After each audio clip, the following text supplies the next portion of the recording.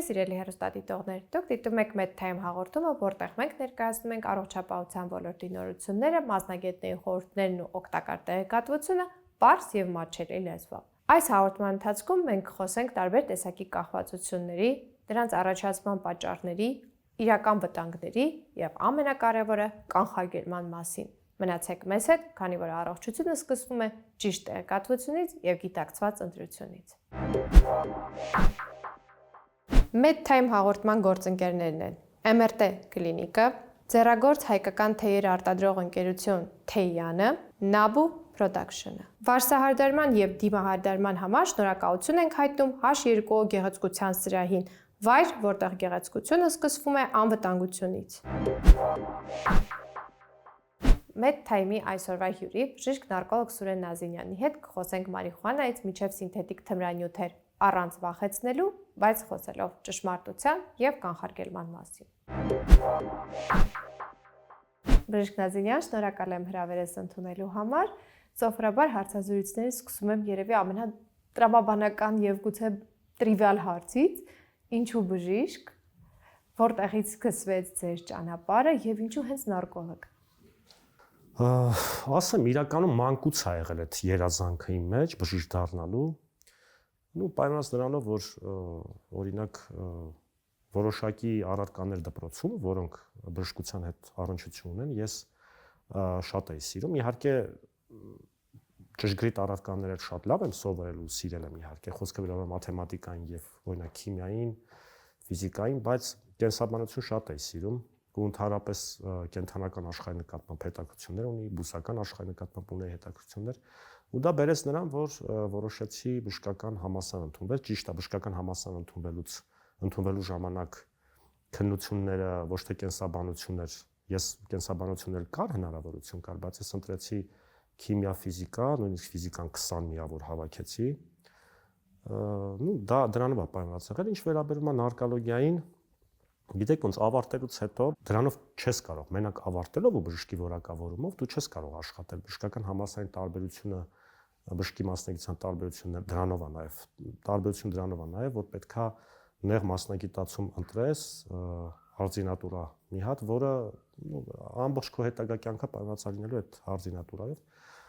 Երկար մտածելուց հետո որոշեցի այնպիսի մասնագիտություն ընտրեմ, որը շատ լայն ճանաչում եւ տարածվածություն չունի, ու սկզբից հոգեբուժության մասին մտածեցի, հետո կողքից այտենց լսեցի նաեւ նարկոլոգիայի մասին, որը զբաղվում է կախվածություններով։ Ու դիմելուց հետո իրականում հենց առաջին իսկ օրերից, երբ որ ես այն ժամանակ կոչվում էր նարկոլոգիական կլինիկա, Ավանի հիվանդանոցը, ներկայիս կախվածություն բուժման ազգային կենտրոնը, հենց առաջին օրվանից ճիշտ է ակնհայտ էր, որ ինքը բարդ ու դժվար մասնագիտացում է, երբեմն չգնահատվող, բայց այնուամենայնիվ հասկացա, որ դա իմն է։ Ես նախ առաջինը շատ սիրեցի այդ պացիենտներին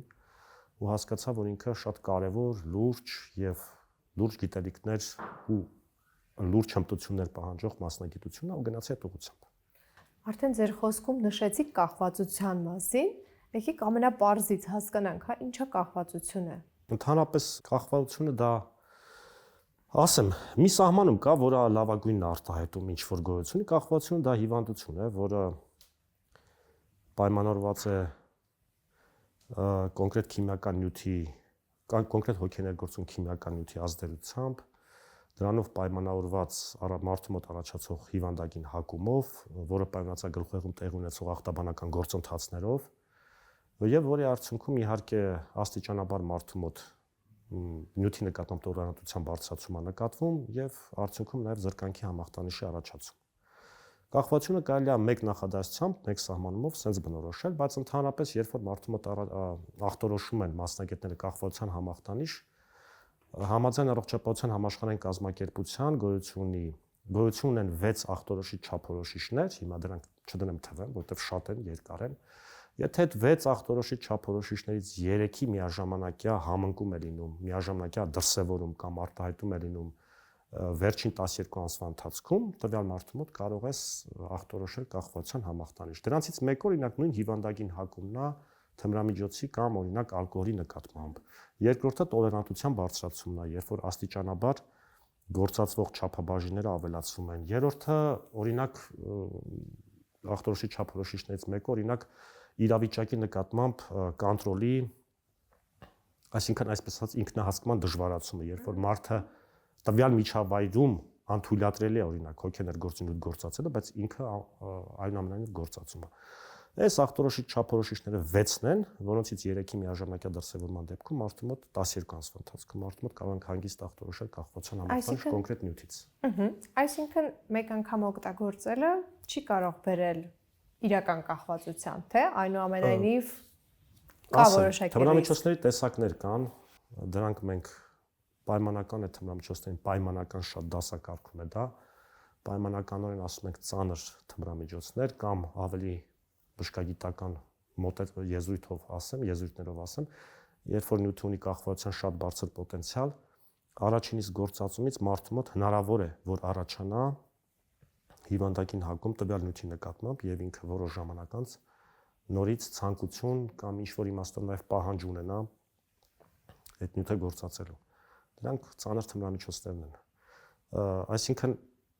չի կարելի ասել, որ կախվածություն ձևավորվեց առաջին անգամ գործածումից, բայց դա արդեն, այսպես ասած, այն ճանապարհն է, որ շարունակելու դեպքում միանշանակ կարճ ժամանակում մարդու մոտ առաջանալու կախվածություն։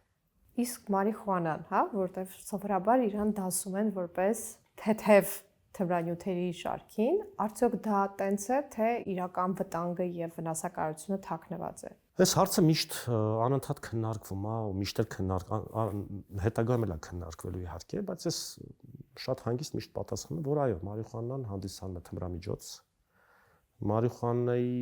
Մարիխուանային պարունակվող մի նյութ կոնկրետ, դա խոսքը վերաբերում է տետրահիդրոկանաբինոլ կամ THC կոչվող նյութին,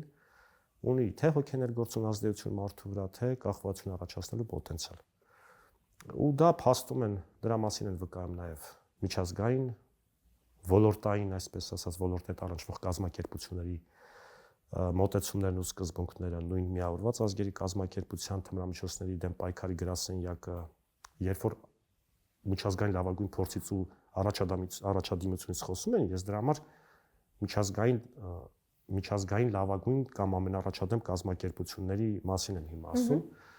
Նաև օրինակ ԱՄՆ-ից են խոսում, որ ԱՄՆ-ի որոշ նահանգներում լեգալիզացված է, 10 թե 12 նահանգում։ Երբ որ ասում են ԱՄՆ-ում լեգալիզացված է, չեն շեշտում, որ ընդամենը մի քանի նահանգում է լեգալիզացված։ Նույն Ամերիկայի Միացյալ Նահանգների թմրամիջոցների չարաշահման ազգային ինստիտուտն է շեշտում, որ մարիխուանան վնասակար առողջության եւ կախվածություն առաջացնելու պոտենցիալ ունի։ Նաև առողջապահության համաշխարհային կազմակերպությունը, այսինքն այստեղ երկու կարծիք լինել չի կարող, որ մարիխուանան վնասակար է։ Հա, ես միշտ ասում եմ, որ դա բոլորս էլ գիտենք, որ մարիխուանայի կախվածություն առաջացնելու պոտենցիալը ավելի ցածր է, քան օրինակ հերոինի կամ կոկաինի։ Բայց դա ամենևին չի նշանակում, որ մենք պետք է տենց դնենք մարիխուանա ծխենք, էլի։ Հիմա որ ասենք կախվածություն առաջացնելու պոտենցիալը ավելի ցածր է, դա նշանակում է այդ նյութը պետք է օգտագործի, ոչ։ Որովհետև հակառակը մարիխուանան բազմաթիվ այլ խնդիրներ կարող առաջացնել, օրինակ հոգեկան խանգարումներ կարող է պրովոկացնել, բազմաթիվ շնչական համակարգի խանգարումներ կարող է առաջացնել, բացի այդ դեռահասային տարիքում գործածելու դեպքում բերում է դեռահասների մոտ գլխուեղի զարգացման խնդիրների առաջացման, այնպես որ վնասները այնքան շատ են, որ մարիխուանայի լեգալիզացիայի մասին կամ ընդհանրապես թմրամիջոց չլինելու մասին զրույցները ես կարծում եմ անիմաստ են եւ անարդյունք։ Բժշկական նպատակով կիրառումն անվտանգ է, մարիխուանայից կախվածություն չի առաջանում, կոկաինը կիրառում են որպեսզի ակտիվանա, մտավոր աշխատանքս լավանա։ Միֆ թե իրականություն։ Մարիխուանայի հետ կապված ես արդեն ասացի, որ վտանգավոր է մարիխուանան, բժշկական նպատակով կիրառելության հետ կապված ես հիմա մենակ մարիխուանայի մասին եմ խոսում ու մասնավորապես THC ոչ թե կոկաինի։ Տարաբաժան ենք, էլի։ THC-ի հետ կապված մենք բոլորս էլ գիտենք, որ բժշկական պրակտիկայում թմրամիջոցներ եւ հոգեներգործուն որոշակի նյութեր օգտագործվում են, բազմաթիվ նյութեր։ Օրինակ նույն մորֆինը ցավազրկման նպատակով, նույն օպիոիդային, այսպես ասած, անալգետիկները, չէ, ֆենտանիլը, մետադոնը, փոխանցող բուժման համար, բուպրենորֆինը, էլի կան պրոմեդոլ, հետո գալիս են երրորդ ցուցակի դեղամիջոցները, որոնք էլի, այսպես ասած, վերահսկման ենթակա դեղամիջոցներ են, օրինակ բենզոդիազեպինային տրանկվիլիզատորները կամ որոշ նեյրոլեպտիկներ, Հիմա այդ դեղերը բժշկական պրակտիկայում օգտագործվում են, որտեղ բժշկական պրակտիկայում իրանք որոշակի հիվանդությունների կամ առողջական խնդիրների դեպքում իրանք պիտանի են եւ արդյունավետ։ Բայց այդ հաշվառելով այդ դեղերի կախվածություն առաջացնելու հավանականությունը, նաեւ մարդու առողջության համար հնարավոր վնասակարներ, եթե առանց բժշկի նշանակման կիրառվեն, այդ բոլոր նյութերը համապատասխան մեր կառավարության որոշմամբ ու աշխարհի բոլոր երկրներում այդպես մեր կառավարության որոշման համաձայն ընդգրկված են որոշակի ցանկերում։ Հիմա նույնիսկ երբ որ խոսում են THC-ի որոշակի հիվանդությունների դեպքում էֆեկտիվության մասին, տետրահիդրոկանաբինոլի, ես ասում եմ, եթե համապատասխան մասնագետները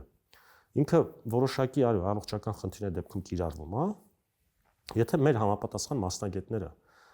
ճիշտ համարեն, որ մարիխուանան կարելի է բժշկական նպատակներով կիրառել, բայց վերահսկմամբ, այսինքն այնպես ոնց որ օրինակ մորֆինը։ Թող կիրառեն, ինչ խնդիր կա, բայց դա նարկոլոգիական խնդիր չի իհարկե, էլի։ Դա համակարգային ավելի։ Դա, օրինակ THC-ին որոշակի ազդեցություն ունի ախորժակի կենտրոնի վրա, այսինքն մարդիկ, ովքեր ինչ որ հիվանդություններ ունեն, որոնց արդյունքում հյուծվել են ախորժակի բացակայություն ունեն, օրինակ եմ ես բերում։ Այդ դեպքում կարող օգնի, նպաստի, դե հիմա այդ մարդիկ թող այդ մասնագետները կարան արդեն մտածեն այդ ուղղությամբ, բայց մեկը վերահսկմամբ։ Իհարկե THC-ի բժշկական նպատակներով կիրառելությունը եւ արդյունավետությունը, անհրաժեշտությունը, այսպես ասած, համեմատել մորֆինի հետ, դա մի քիչ ծիծաղելի է, որովհետեւ մորֆինը շատ կարեւոր դեղամիջոց է, չէ՞, թիվ 1 ցավազրկողն է, եւ այն, բայց մեկը մորֆինը վերահսկում է, որովհետեւ մորֆինը առանց բժշկի նշանակման կիրառելու դեպքում մարդու առողջության համար խիստ վտանգավոր նյութ է։ Այսքանը THC-ի հետ կապված, կոկայինի հետ կապված ասեմ ձեզ, որ կոկայինը հանդիսանում է հոգեխթանիչ, ինքը ազդելով մարդու դոֆամինային, գլխուեղի դոֆամինային համակարգի վրա առաջացնում է կենտրոնական նյարդային համակարգի ակտիվացում, բայց դա բացասական բան է իհարկե, այսինքն մենք երբ որ ակտիվացում ասում ենք, դա պաթոլոգիկ ակտիվացում է։ Ու դա բերում է իհարկե ինչ որ իմաստով կենտրոնական նյարդային համակարգի թվացial լավ աշխատանքի, բայց դրա արդյունքում, այսինքն դրա հետագայում այդ ամեն ինչը կոմպենսացվում է, այսինքն մարդու օրգանիզմը դրա համար այսպես ասած հաշիվ է ներկայացնում։ Ես մատչելի բառերով եմ ավելի շատ ասում, այսինքն դրա արդյունքում իհարկե օրգանիզմը հյուծվում է։ Ու իհարկե կոկայինի հետ կապված ես պետք է շատ հատուկ ասեմ, որ կոկայինը ունի բավականին բարձր կախվածություն առաջացնելու պոտենցիալ ու ծանր թմրամիջոց է համարվում, բարեբախտաբար կոկայինը Հայաստանում չի ասի, որ շատ տարածված է։ Առավելապես տարածված է արևմտյան երկրներում։ Դուք արդեն նշեցիք իրականում փաստացի թե մարիխուանայի դեպքում, թե կոկայինի եւ ենթադրում եմ թե հերոինի դեպքում հիմնական փոփոխություններ տեղի են ունենում գլխուեղում, նյարդային համակարգում, ինչ անդառնալի հետևանքներ ա ունենում։ Եվ տարբերությունները, չէ՞ որ ասացինք, որ այնուամենայնիվ մարիխուանան, եթե համեմատական ենք անում, ավելի թեթև է, ասենք կոկայինը եւ հերոինը ավելի ուժեղ։ Հարցը հասկանալի է, ասեմ, բոլոր հոգեներգործուն նյութերը, որոնց մասին մենք խոսում ենք, իրանք իրարից շատ տարբեր նյութեր են, իրանք ազդում են շատ տարբեր թիրախ համակարգերի վրա, այսինքն օրինակ, երբ որ մենք մարիխուանայից խոսեցինք, THC-ից, THC-ի ազդեցության թիրախը դա մարդու գլխուեղի կանաբինոիդային ընկալիչներն են, CB1 ընկալիչները, երկրորդ CB2-ը գլխուեղում չի ուղղակի տեղակայված, որոնց վրա ազդելով մարիխուանան առաջացնում է իրան բնորոշ փոփոխություններ մարդու մոտ, այսինքն տրամադրության փոփոխություն որոշակի, նաև այս տրամադրության միայն լավացում չի լինում, շատ հաճախ մարիխուանա գործածած մարդու մոտ վախեր են առաջանում հիվանդագին, որը շատ արագ կարա մեկ էլ վերափոխվի միջև պարանոիդալ ինչ-որ վիճակի հետապնդման զառանցանքի եւ այլն։ Մարիխուանան ազդում է մարդու գլխուեղի կեղևի ճակատային հատվածում տեղակայված CB1 ընկալիչների վրա, ուղեղիկում, նշաձև կորիզ գոյություն ունի միջանկյալ ուղեղում, որով բազմաթիվ ֆունկցիաներ են պայմանավորված մարդու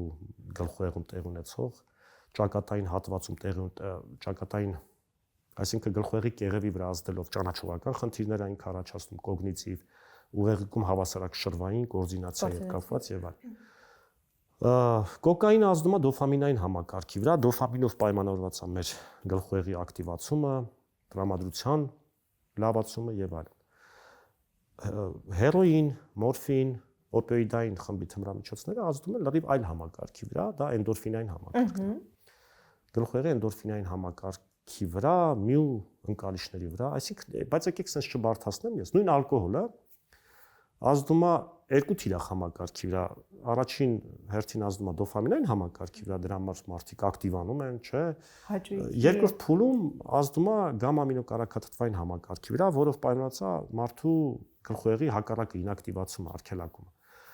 Այս թիրախ համակարգերի վրա ազդելով իրանք ընկալիչների մակարդակով առաջացնում են խանգարումներ։ Առաջացնում են այդ միջնորդանյութերի դեֆիցիտներ բոլոր նյութերը, որը բերում է նրան, որ մարդու մոտ ընդհանրական եմ շատ ասում ես, ամեն մեկին ունի իրան բնորոշ ախտանշանները։ Այդ նյութերի գործածումը դադարեցնելուց հետո, երբ որ շարունակական է եղել, փաստացի կախվածությունը արդեն ձևավորվել է, այդ նյութերի գործածումը կտրուկ դադարեցնելուց հետո մարդու մոտ պահանջ առաջանում նորից այդ նյութերը գործածելու։ Ու դրանով պայմանված նաև զարգանում է զրկանքի համախտանիշ, որը բոլոր այս նյութերի տեսակներին յուրաքանչյուր զրկանքի համախտանիշի բնորոշ է այս նյութերով պայմանավորված ազդեցությունները։ Օրինակ կոկաինային զրկանքի համախտանիշի ժամանակ մարդը արտահայտված ցավեր չի ունենում, այսինքն ֆիզիկական խիստ արտահայտված ինչ-որ բացասական զգացողություններ չեն լինում, բայց լինում է ուժեղ արտահայտված դեպրեսիա եւ հնարավոր է դեպրեսիայի ֆոնին առաջանան սուիցիդալ մտքեր եւ ցավոք ամեն ինչ ավարտվի ինքնասպանությամբ։ Օպիոիդների դեպքում, օպիոիդային թմրամիջոցների դեպքում մենք իհարկե դիսֆորիա տրամադրության որոշակի փոփոխություններ բացասական լինում են, բայց դեպրեսիա չի լինում։ Բայց օպիոիդների դեպքում լինում է ծանր զրկանքի համախտանիշ ֆիզիկական իմաստով, օրինակ ոսկրամկանային խիստ ծանր ցավեր, դա մեր ոչ գրական ասած լոմկաբարն է։ Կոտրտող ոսկրամկանային ցավեր, հոդացավեր, քրտնարտադրություն, փորլուծություն եւ այլն, բազմաթիվ անքնություն, որոնք կարող են տևել օրեր։ Ալկոհոլային զրկանքի դեպքում պայմանավորված գամմա-ամինոկարակաթթվային համակարգի ախտահարմամբ ալկոհոլային զրկանքի ժամանակ առաջանում է ամենացայտուն նշանը, դա ձեռքերի դողնա, նաև երբեմն ցավոք սրտի ալկոհոլային զրկանքի համախտանիշի բարդություն հանդիսացող էպիլեպտանման ցնցումային նոպան։ Մարդը էպիլեպսիա չունի, բայց ցնցումային նոպա է տանում։ Սրանք են, այսինքն շատ տարբեր ամեն ինչ, ու ամեն ինչ պայմանված է իհարկե առաջներ գլխուեղի ախտահարմամբ, գլխուեղում, քանի որ այդ մեր գլխուեղով պայմանված մեր տրամադրության փոփոխությունները, մեր գլխուեղում տեղ ունեցող գործընթացում, իսկ այս նյութերը մարդիկ ինչի համար են օգտագործում, հենց տրամադրության գլխուեղի աշխատանքի, այո, համար։ Փոփոխությունների։ Այսինքն կարելի ասել, որ այս նյութերը բոլորը վնասակար են, մեկը քիչ, մեկը շատ, մեկը ուշ է կախվածություն առաջացնում, մեկը շուտ է կախվածություն առաջացնում, բայց այնուամենայնիվ մենք այս նյութերը գործածելով մենք բերում ենք նրան, որ իհարկե մեր վնասում ենք առաջին հերթին մեր կենտրոնական նյարդային համակարգը։ Նաև շատ հաճախ լսում ենք այսպիսի արտահայտություն գերդոզավորում, հա, օրինակ նույն չգիտեմ, լսում ենք, որ աստղերը կոկաինից կամ հերոինից գերդոզավորում են ունեցել, որի արդյունքում նաև մահ է գրանցվում եւ այլն։ Կուզեմ նախ հասկանանք ինչ է գերդոզավորումը եւ արդյոք նույն էլի վերադառնալով մարիխուանային, որովհետեւ չգիտես ինչի մեզ բոլորի մոտ ինչ որ թյուր ըմբռնում կա, որովհետեւ մարիխուանան թեթև բան է, երբ ուզեմ կթողնեմ, երբ կուզեմ չեմ թողնի դες պահին։ Օրինակ, պայմանական եմ ասում, հյուրասիրեցին օգտագործեցի, այդ կախվածություն չի առաջացնի, բայց դուք արդեն ամբողջ ընթացքում մեր հարցազրույցին նշում եք, որ մարիխուանան եւս կախվածություն առաջացնող վտանգավոր թմրանյութ է։ Ուզում եմ, որ նաև մեր եւ հեռուստադիտողը եւ լսողները դա կարծես այն կարմիր գծի նման ընկալեն եւ ֆիքսեն, որ մարիխուանան դա անվտանգ չի այնուամենայնիվ։ Ասեմ ձեզ, իրականում գերդոզավորում դա մի քիչ, այսպես ասած, բժշկագիտորեն սխալ բառ է, որտեղ դա իրականում սուր թունավորումն է, սուր ինտոքսիկացիան, որտեղ գեր նախ դոզաբառը հայերեն չի, մենք պելեդոզ այսպես ասած բառից է գալի, overdose չէ, ասենք անգլերեն։ Ինքը լավ բառ է, շատ հաջողված բառ է, ես բան չունեմ ասելու, բայց որպես այդպեսին ինքը բժշկական եզրույթ, բժշկագիտական եզրույթ չի, դա սուր մահվան երկով սուր թունավորումն է, կամ սուր թունավորումը, երբ որ մարդու մոտ ինչ-որ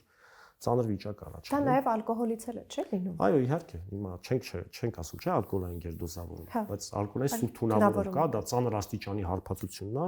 երբ որ մարդու մոտ կարող առաջանա կոմա եւ մահ։ Ասեմ, նայեք, թմրամիջոցներից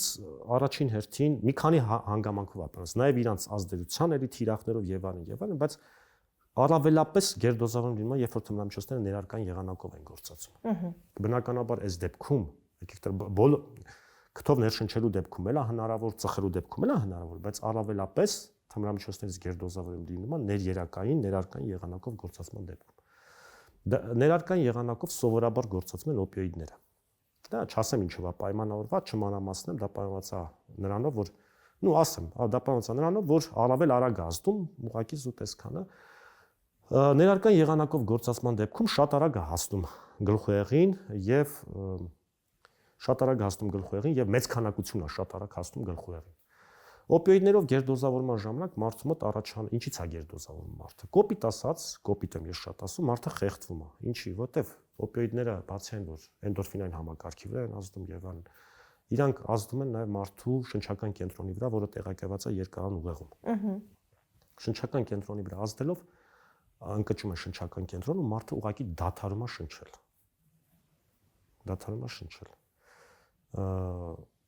Իհարկե ներկայումս կան այսպես ասած անտիդոտ հանդիսացող դեղամիջոցներ, բայց պետքա դա ձեռիդ տակ լինի, որ դու արագ մարդուն ներարկես, խոսքը նալոքսոնին է վերաբերվում, որ մարդը այսպես ասած վերականգնվի։ Մնացած թմրամիջոցները ամեն մեկը տարբեր մեխանիզմներով։ Օրինակ կոկաինը ազդելով կենտրոնական նյարդային համակարգի վրա առաջացնում միջև ինսուլտ, ասենք օրինակ միջև հիպերտոնիկ կրիզ կար առաջացնի, այսինքն ալկոհոլը ախտահարում է էլի գլխուղեղը, որի արդյունքում առաջանում ալկոհոլային կոմա։ Այսինքն գերդոզավորումը ինքը որպես այդպեսին սուրինտոքսիկացիան է, հնարավոր մահվան երգով, բայց մահվան երգերը էլի կրկնում եմ, գերազանցապես գրանցումային դեպքերում, երբ որ մարդը ներարկային է գործածում։ Ներարկային եղանակով է գործածում։ Մարիխուանայի դեպքում այո, քիչ է լինում։ Կարելի ասել շատ քիչ է լինում գերդոզավորում մահվան երգով, բայց մարիխուանայի գերդոզավորումը արտահայտվում է կարա գերդոզ այնքան լղոզված է մարիխուանայի դեպքում ամեն ինչ, որ դա կարա չհամարվի, ասենք նույն չափականակը երկու հոգի գործածեն, մեկի մոտ դա առաջանա, մեկի մոտ չառաջանա։ Մարիխուանով սուր թունավորումը բացի ֆիզիկական նշանները, որոնք իհարկե կան, բայց առավելապես դրսևորվում է հոգեկան խնդրով, հոգեկան ծանր խնդրի առաջացում։ Արդեն ասացի, կարա մարդու մոտ մինչև անգամ հետապնդման կամ վերաբերման զառանցական միտք առաջանա, շատ սուր մտքեր առաջանան, նաև իհարկե ցնորքներ ու ցնորային ապրումներ, ու դրա արդյունքում մարդը նույնիսկ սպանություն իրականացնի, այսինքն այդ փսիխոզի առաջացման արդյունքում։ Ու մարիխուանայի այսպես ասած սուր թունավորման դեպքում իհարկե հնարավոր է նաև վերակենդանացման բաժանմունք տանել մարդուն, եթե ծանր ինչ-որ խնդիրներ կան ֆիզիկական, բայց շատ հաճախ ուղղակի հոգեկան առողջության կենտրոն են տեղափոխում մարդուն։ Այսքանը այս գերդոզավորումների մասին։ Գերդոզավորում ինքը որպես այդպեսին սուր թունավորումն է հավանական մահվան երգով։ Իսկ ինչ են ամֆետամինները ու ինչու են ամֆետամիններից հատկապես, վտանգավոր այն առումով, որ հենց առաջին օգտագործումից կարող են լուրջ կախվածություններ ձևավորել։ Ցավոք այո, ամֆետամինային հոգեխթանիչները աշխարհում եղել են, բայց Հայաստանում կարելի ասել վերջին 7-8 տարին է, որ ի հայտ են եկել։ Դա պայմանավորված է նրանով, որ մեր տարածաշրջանում սկսել է արտադրվել պարզապես մեթամֆետամին, որին էլի ոչ գրական շատ ասում են կրիստալ։ Դա պայմանավորված է նրանով, որ Աֆղանստանում սկսել է արտադրվել մեծ քանակով, առաջ մեր տարածաշրջանում ինքը պահանջարկ չուներ։ Ու բնականաբար այդ տարածաշրջանի երկրներ, այդ թվում Հայաստան ցավոք սրտի սկսել այսպես ասած ալպոնի եղանակներով ներկրվել։ Մեթամֆետամինն էլ էլի ծանր հոգեխթանիչ է, էլի կենտրոնական նյարդային համակարգի ակտիվացնող եւ մեթամֆետամինը ազդում է մեր դոֆամիներգիկ համակարգի վրա, դոֆամինային համակարգի վրա ու իհարկե ինքը հաշվի առնելով իր ստացման եղանակները, հաշվի առնելով թե էլ ինչ նյութեր կան իր հետ խառնված, այսպես ասած այդ ստացման գործընթացում փողոցային թեկուզ լաբորատորիաներ մստան, բայց դրանք փաստացիորեն փողոցային լաբորատորիաներ են։ Ինքն էլ իհարկե ծանր կախվածության համախտանիշ առաջացնելու մեծ պոտենցիալ ունի ու ցավոք պետքա ասեմ, որ Հայաստանում ցավոք սրտի հատկապես երիտասարդների շրջանում այսօր կարելի է համարել, որ ինքը մարիխուանայից հետո գոնե երկրորդ տարածված թմրամիջոցն է, 10 տարի սա չկար։ Այսինքն նաև այդ հասանելիությունն է նպաստում նրան, որ օրինակ այդ երկու տեսակները ավելի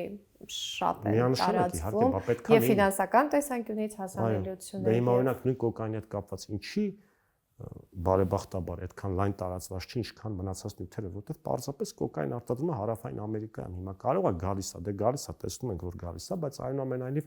Այն քանակներով չի, ոնց որ նրանք։ Հետո մետամֆետամինի հետ կապված մի քանի բաներ ասեմ, ինքն էլ շատ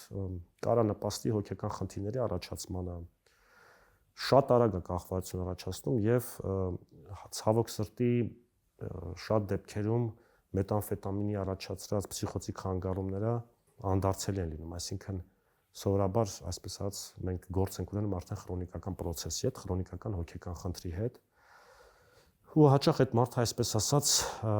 դառնում է միջև կյանքի վերջ հոգեկան առողջության խնդիր ունեցող մարդ։ Որոնք են այն առաջին ազդանշանները, որ արդեն պահն է դիմելու մասնագետին։ Ես միշտ ասում եմ,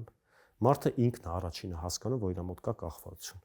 Դա ինքը չի ընդունում, ինքը հարազատները նույնիսկ երբ որ արդեն նկատում են բանը բանից անցել է, սկսել է չափից դուրս գործածել, օրինակ նույն ամենապարզ նյութին, ալկոհոլին է վերաբերվում, երբ որ կողքից տեսնում են եւ արան իրան առաջարկում են օրինակ դադարեցնել խմելը կամ դիմել մասնագետի, ինքը սովորաբար մերժում է այդ ժամանակ, բայց ինքը միջև այդ արդեն գիտեր, որ ինքը կախվածություն ունի։ Որովհետեւ երբ որ դու մարդը արթնանում է առավոտյան ու ինքը հասկանում է, որ իր միտքը, իր առաջին գործողությունը, որ ինքը ուզում է անի, ու առաջին միտքը, որ իր գլխում առաջանում է, դա այսօր տնից դուրս գամ, բա որտեղ խմեմ, ոնց հարմարացնեմ խմեմ, կամ մի հատ նախաճաշին օգտագործեմ, գնամ, դա արդեն չասեմ արդեն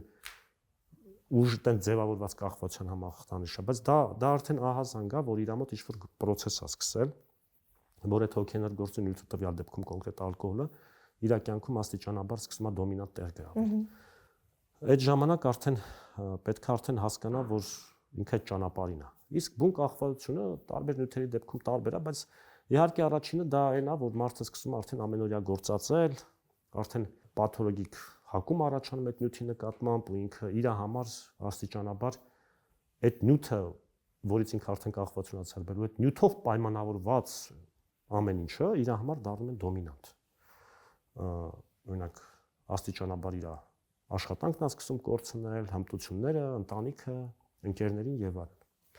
Այդ ժամանակ իհարկե պետք է շատ արագ դիմել բժշկի օգնության։ Մենք գիտենք, որ իրականում ամենախոցելին դեռահասներն են, պայմանավորված իրենց տարիքային առանձնահատկություններով, հոգեբանական առանձնահատկություններով, դուք որպես մասնագետ, ով բազմամյա փորձ ունի աշխատելու մարդկանց հետ, ովքեր կախվածություն ունեն, ինչպես խոսել դեռահասների հետ, որ իրենք լսեն ու այդ ձեր ասած անգամ եթե իրենք գիտակցում են, որ արդեն ինչ որ մի բան սխալ են անում, նույն սկսած ալկոհոլի չարաշահումից եւ այլն, չընդդիմանան, այլ նույն ճանապարհով գնան մասնագետի հետ եւ հաղթահարեն այդ դժվարությունները։ Ցավոք, այո, դա է։ Կամ չփորձեն ընդհանրապես, այսինքն այդ ոչ թե վախացնել, այլ ինչպես խոսել։ Դեռահասների հետ կապված նախ ասեմ, որ ցավոք, որ մեր երկրում նախկինում չի եղել, որ տարբեր ավանդույթներից ելնելով, տարբեր պատճառներից մեր երկրում շատ քիչ կտեսներ դեռահաս, որը թմրամիջոցներ է գործածում, բայց այսօր մենք ցավոք սրտի դրա հետ դա տեսնում ենք։ Բազմաթիվ պատճառներով է պայմանված։ Դեռահասների թմրամիջոց չգործածելու հետ կապված ես պետք է ասեմ, որ դա պայմանավորված պետք է իրաց կրթությամբ եւ իրազեկվածության մակարդակով։ Բազմիցս եմ ասել, որ այդ առումով ցավոք սրտի մեր դեռահասների շրջանում թմրամիջոցների եւ հոգեներգործում ունեցած նյութերի հետ, նաեւ նույն ծխախոտի հետ կապված իրազեկվածության մակարդակը բացարձակ անբավարար է։ Նույն, չգիտեմ, բաներ են հիմա օգտագործում, չէ՞։ Վեյփեր։ Վեյփերը, բաները, այդ խմելու էներգետիկներ եւ այլն, դե հիմա չափածներն են միայն վաճառվում, բայց միջև այդ օգտագործում են, դե հիմա էլ ընդհանրում են, հիմա ոնց երնի կճարեն կխմեն։ Գիտեք ոնց ամեն ինչ գալիս է կրթությունից։ Ու ես հիմա չգիտեմ ինչի, ես միշտ օրինակ, երբ որ դպրոցում սովորում էի, իմ ժամանակ ես խորհրդային միության ժամանակ եմ ընդունվել 88 թվին առաջի դասարան, բայց ես գիտեի, որ ծխելը վատ բան է։ Ու ես միջև բժշկական համալսարան ընդունվելը, միջև երկրորդ կուրս, ես ընդհանրապես չեմ ծխել։ Դե հիմա կասեն, դե ուրեմն լավ չէր կրթված, որ ծխեցին, բայց այնուամենայնիվ, դե ուզում ասեմ, բայց ես դեռահասային տարիքում չեմ ծխել։ Ես էլի կրկնում եմ դպրոցներում, բուհերում իրազեկելու առումով իհարկե թերացումներ բազմաթիվ կան, որովհետև այսօր մենք պետք է հասկանանք, որ թմրամիջոցները իրականում շատ մեծ մարտահրավեր են դեռահասների առողջության համար, ընդհանրապես հանրային առողջապահության համար։ Այդ կրթությունը պետք է սկսի հենց դեռահասային տարիքից։ որովհետև ես վերջի տարիներին տեսել եմ 15-16 տարեկան աղջիկներ, որոնք թմրամիջոցներ են գործածում, ու մերն եմ կրկնում, որ իմ համար ինչ որ իմաստով ես մասնագետ եմ, բայց նաև շոկային էր, որովհետև նախկինում մենք չենք տեսել այդպես բան։ Մեր մենթալիտետով պայմանավորված։ Մենտալիտետով, ավանդույթներով, դաստիարակությամբ, ու հասանելի չէր։ Դեռահասներին այդ այս աշխարհի հասանելի չէր։ Դա պայմանացան նաև տարածման մեխանիզմների փոփոխությունով թմրամիջոցները, որ համացանցի միջոցով է տարածվում, բայց այնուամենայնիվ չենք տեսել, հիմա տեսնում ենք ու դրա դեմ պետքա պայքարել։ Բարեբախտաբար նոր ռազմավարություն մշակվեց ներքին գործերի նախարարության կողմից, շատ լավ ռազմավարություն, այդ ռազմավարությամբ նաև դեռահասներին շատ մեծ տեղ է հատկացվում, դեռահասների իրազեկվածության մակարդակի բարձրացումը, ընդհանրապես թմրամիջոցների դեմ պայքարին եւ այլն, մենք էլ դրան մասնակցեցինք այդ ռազմավարության մշակմանը։ Հուսամ, որ օգուտ կտա դա։ Ինչ վերաբերում է, երբ որ դեռահասը արդեն թմրամիջոցներ է գործածում, այդ դեպքում ելի եմ կրկնում, ծնողի կամ ուսուցչի, հատկապես ծնողի կողմից շատ արագ դա կարելի է տեսնել, այսինքն շատ արագ դա կարելի է տեսնել։ Առաջին դրանք վարքային նշաններն են, այսինքն երբ որ քո երեխան է, իր պես չի պահում, այսինքն վարքը կտրուկ փոխվել է մարդու։ Օրինակ տնից շատ է բացակայում, չէ՞։ Կամ օրինակ իր սենյակում շատ է մեկուսանում։ Այդ մեկուսացում պայմանավորված չի ուղղակի երաժշտությամբ լսելով կամ գիրք կարդալով կամ դասերը սովորելով։ Երբ որ աստիճանաբար սկսում է գումարներ պահանջել տնից, որովհետև դեռահասին թմրամիջոց հայթայթելու համար ինքը տնից պետք է վերստի կամ պիտի գողություն անի։ Ընկերախմբերն է փոխում եւ այլն։ Օրինակ թմրամիջոցներ գործածած դեպքում արդեն տրամադրության փոփոխություններով այդ մարդը տուն գալիս։ Օրինակ երկար է քնում ինչ որ կամ չի քնում ամբողջ գիշեր, դա խթանիչներին է բնորոշ, երբ որ դեռահասը չի քնում, քունը այսպես հաց անկանոն է քնում։ Մարիխուանայի գործածման դեպքում շատ տեսանելի դա եղջերաթաղանթների կարմրությունն է կամ հիվանդ ոչ ադեկվատ ծիծաղկոտություն օրինակ։ Մի խոսքով նշաններ կան, այսինքն կան ազդանշաններ, որոնք ծնողները ուշադիր լինելու դեպքում դրանք նշաններ են, որոնք դիտարկելով ծնողը իհարկե կարա եզրակացնի, որ երեխու հետ մի բան են չի։ Հաջորդը իհարկե դա ծնողի գործողություններն է։ Երբևէ չպետք է ծնողը ճնշումներ գործադրի մեղադրանքներով, կոնֆլիկտներով, ծեծ ու ջարդով, այդ ուղղությամբ չպետք է գնա երբեք, հակառակ լրիվ պետքա դեռահասի հետ շատ, այսպես ասած, ավագ ընկերոջ կարգավիճակով, բայց շատ մեծ հոգատարությամբ իհարկե խոսել, հասկանալու համար այս ամենի պատճառները։ Ես կարծում եմ, որ դեռահասի իհարկե կիսվի, կներկայացնի այն խնդիրները, որոնց ինքը հանդիպել է, ու դրանից հետո իհարկե արդեն պետքա դիմել մասնագետի, մեր երկրում դեռահասները պետքա դիմեն բուժման խնամակալի ուղեկցությամբ, ծնողի կամ այնպես որ անվճար է պետքա դիմեն մասնագիտական օգնության, արդեն մասնագետներն կհասկանան ինչ ան։ Որը կլինի ձեր ուղերձը ծնողներին եւ դեռահասներին։ Բոլորին ընդհանրապես մեր բնակչությանը, մեր քաղաքացիներին ես իհարկե որպես այս ոլորտի մասնագետ եւս մեկ անգամ պետքա հորդորեմ եւ կոչ անեմ ընդհանրապես թմրամիջոցներ չգործածել, չափավորել այսպես, օրինակ նույն ալկոհոլի քանակը, առողջ ապրելակերպ ձևավորել, առաջինը իրենց մոտ, հետո իրենց ընտանիքներում եւ իհարկե նաեւ բոլորին քարոզել, բոլորին իրազեկել թմրամիջոցների վնասների մասին, որտեղ թմրամիջոցների հետ կապված իրավիճակը ցավոք սրտի մեր երկրում իհարկե լավ չի։ Շնորհակալ եմ։ Եթե ոչ բժիշկ, ապա։ Հա, ես դպրոցական տարիներին շախմատ էի շատ սիրում, ու ես հա մտածում էի շախմատից դառնալ, որտեվ այդ ժամանակ այտենց շատ անելու բան չկար։ Նկատի ունեմ համացանց չկար, համակարգիչ չկար, մենք ես իհարկե շատ կարդում էի, բայց ես շատ սիրում էի Տիգրան Պետրոսյանի գիրքը ու Տիգրան Պետրոսյանի պարծանները։ Ու հա, երևի շախմատիստը կդառնայի։ Ամենաանսպասելի ախտորոշման կամ գուցե բուժման մեթոդը, որը երբևէ առաջարկել է պացիենտը։ Ես սրա մասի ճիշտ ասած ուզում եի խոսալ, ուրեմն նարկոլոգիան ինքը քանի որ համեմատաբար նոր ձևավորված մասնագիտություն է 60-ականներից 50-ականից, որ խորհրդային միությունում սկսել են զբաղվել, էլի։ Ու Հայաստանում էլ 70-ականից է ներդրվել։ Խորհրդային միությունում գոյություն էին բուժման մեթոդներ, որոնք շատ դժվար է ասել բուժում։ Օրինակ գոյություններ ապոմորֆինային մեթոդ, որով դա խորհրդային միության տարիներն են եղել, երբ որ պացիենտին, որպես ինքը չխմի, ալկոհոլ չգործածի, իր մոտ առաջացրել են պայմանական ռեֆլեքս սրտխառնոցի նողկանքի, այսպես ալկոհոլի նկատմամբ, ապոմորֆինի միջոցով, այսինքն այդ նյութը, որը մարդու մոտ սրտխառնոց առաջացնում, ներարկել են նշանակել են, հետո մարդուն ալկոհոլ են տվել։ Ալկոհոլ չտային ինքը Պավլովյան ռեֆլեքս։ դա օրինակ դա, չգիտեմ, էլի ինչ ոնց կարելի է դա անվանել բուժման մեթոդ։ Կամ օրինակ Դովժենկո ինչ որ կոդավորում կար, երբ որ ինչ որ մի խոսքով այնպիսի բաներ ենք մենք հանդիպել մեր պրակտիկայում, որ իրական դրանք որևէ ապացուցողական հենք չեն ունեցել։ Իհարկե ընթացքում այդ բուժման, այսպես ասած, շակերտներով այդ բուժման մեթոդները մենք բացառել ենք մեր ընդհանրապես մոտեցումներից։ Դե պացիենտները եղել եկել են ասել, ես ինչ մեթոդով ես ուզում եմ բուժվեմ, որովհետև, չգիտեմ, Ռուսաստանի այն մի գյուղում, այն որտեղ չգիտեմ, ասենք նայում եմ, ասում տղա ջան, ասում է ինձ հիպնոսով ինձ բուժեք։ Առողջապահության համաշխարհային կազմակերպության, ամենայն հարգանքով հոգեբանների, հոգեթերապևտների նկատմամբ հիպնոլոգներ, չէ, հիպնոսի մասնագետները, ամենայն հարգանքով, բայց մենք մեր պրակտիկայում առաջնորդվում ենք միջազգային կազմակերպությունների առաջարկած ստանդարտներով եւ հա, որևէ տեղ չես տեսնի, որ հիպնոսով թմրամիջոց գործածող են բուժում, էլի կներեք էլի։ Արտահայտություն, որը հաճախ է գործածում աշխատանքի ընթացքում։ Ասեմ,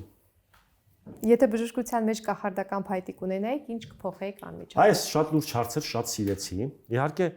ես հասկանում եմ, որ անհնար է բոլոր հիվանդներին առողջացնել, որտեղ դրա համար մենք պետք է աշխարհում վերացնենք բոլոր բակտերիաներին,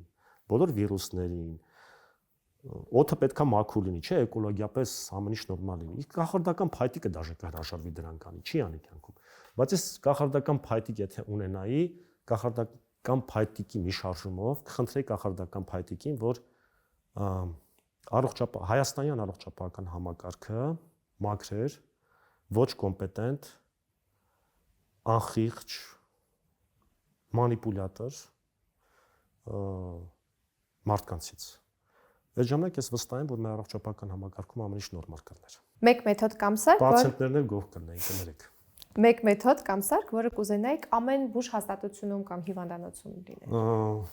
Ես կարծում եմ հիմա այնպես է, որ ցանկացած քիչ թե շատ իրան հարգող բուժ հաստատությունում իրանց անհրաժեշտ բոլոր սարքավորումները հնարավոր է որ լինեն։ Ձեր սիրելի գիրքը եւ ֆիլմը բժշկության մասին։ Ես ճիշտ ասած տեսա իմ շատ լավ գործընկերներից մեկն էլ գրեթե նույն պատասխանը տվեց, բայց հեղինակի եւ գրքյանն ասեց, բայց չասեց կոնկրետ պատմվածքը բավականին երկար, որը ես շատ եմ սիրում, դա իմ շատ սիրելի գրող Միխայել Աֆանասьевիչ Բուլգակովի Մորֆինը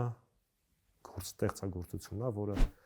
լավագույն կերպով 20-ական թվականին այնքը գրել, բայց լավագույն կերպով նկարագրում է, թե ինչ է իրանից ներկայացնում օպիոիդային կախվածությունը, թե ինչ արագ կարա դա զարգանա, տեղ ունենա ու թե ինչպես կարա ամեն ինչ ավարտվի։ Դա իհարկե ինքը իր մասին է պատմել, երևի գիտեք, բարեբախտաբար ինքը այդ ճակատագրին չի արժանացել ինչ որ իր կերտած կերպարը, բայց այնուամենայնիվ Մորֆինը ու ընդհանրապես Բուլգակովի բոլոր ստեղծագործությունները շատ լավն են։ Իսկ ֆիլմ Ֆիլմ շատ կան իմ մասնագիտության վերաբերյալ, ֆիլմեր շատ կան իմ մասնագիտության վերաբերյալ, որ սենց ասեմ, իրական լավ ֆիլմեր կան, էլի թմրամիջոցների, տխուր հետևանքների վերաբերյալ եւ այլն, բայց ընդհանրապես իմ սիրած ֆիլմը դա Forrest Gump-ն է, որտեղ խաղում է Թոմ Հենքսը, ու խորհուրդ կտամ, ով որ չի դիտել, նայեն 90-ականների արտադրությունը, չէ, համաձայն եք էլի, որ հոյակապ ֆիլմ է։ Եվ ամենաանսովոր բանը, որ միշտ ձեզ հետ է։ Ճիշտ ասած, այդպիսի բան չկա, իմ սեղանին բազմաթիվ իրեր միշտ լինում են, բայց ես չգիտեմ ինչ են այդ իրերը ընդհանրապես իմ հետ։ Չեմ կարող ասեմ, բայց ինչ որ հա օրինակ գրիչ կամ չասեմ գրպանս եմ անդադպում, բայց ասենք ես ուր գնում եմ, այդ եղածը իմ հետ այսպես ասած։ Ոնց որ օրինակ հեռախոսդ փոխում ես, չէ՞։ Կամ այս ինչը փոխում ես, կլավիատուրատ փոխում ես, համակարգիչ էկրան, բայց այդ իրերը միշտ կան իրանք, այդպես տարիներով միշտ կան, այդպես տարբեր իրեր են, գրիչա եւ այլն, գրչաման։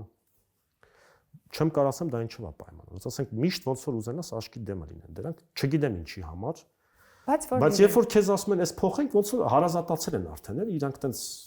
քոնն են, էլի, քո մի մասնիկն են։ Շնորհակալ եմ։ Ես եմ շնորհակալ։ Հուսամ, որ մեր այսօրվա զրույցը ինչ որտեղ նաև կանխարգելիչ եւ իրազեկող կլինի եւ մարդիկ եւս մեկ անգամ կմտածեն, կխորհեն, հետո նոր կօգտագործեն։ Կամ կգան գիտակցման օգտագործման։ Արեցից օգտվելով շնորհավորում եմ բոլորիս 2026 թվականի արդիվ ու մաղթում եմ լավագույնը։ Առողջ տարի թող լինի։ Շնորհակալ եմ։ Եղեք տեղեկացված, պաշտպանված եւ առողջ։ Այսօրվա մեծ թեյմի համար նախատեսել էինք այսքանը։